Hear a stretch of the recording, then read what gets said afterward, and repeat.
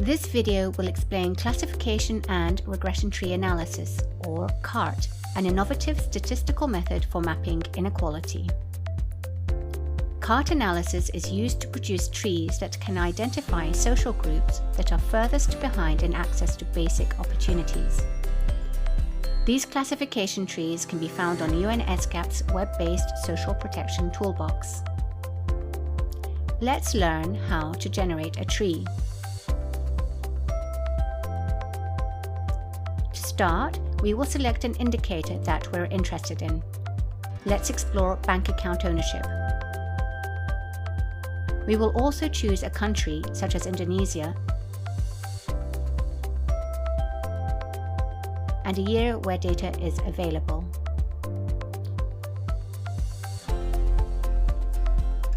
We can now explore the tree, which is made up of nodes connected by branches. The first or root node always shows the average of our indicator across the entire sample. We can see that 52% of people in Indonesia owned a bank account in 2017. From there, an algorithm creates a split in a sample based on a circumstance. In this tree, the first split is based on household wealth. Going down this branch, we see that only 23% of people in Indonesia whose household wealth is in the bottom 40% own a bank account. As we follow the branches, we see that each node on the tree provides information about the level of access for a further subgroup, adding a new layer of social circumstance. Following this branch to its final or terminal node, we find that 10% of people with no or low education whose household wealth is in the bottom 40% own bank accounts. This is the group that is the furthest behind in bank account ownership.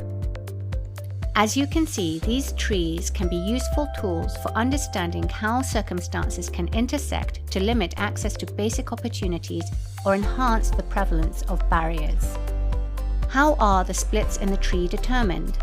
CART analysis compares all available circumstances to find which split provides the greatest information gain. Each node is evaluated and split until further splits cease to yield additional information or the sample size becomes too small.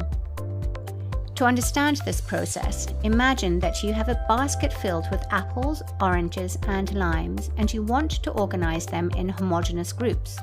To do this, you could sort them on different characteristics such as shape, size, and color. Sorting by shape is not very useful because apples, oranges, and limes are all round. Size is a little more useful, but it still does not provide enough information to distinguish between apples and oranges. Sorting the fruits by color would be the most useful. It provides the greatest information gain. CART analysis would thus make color the first split in a decision tree. But what if we added strawberries to our basket of fruit? Now it might be more useful to sort by size or shape, while color would become less useful because strawberries and apples are both red. This explains why different inputs will result in trees with different splits, or splits that occur in different orders. We have learned about the CART methodology and how to interpret the classification trees.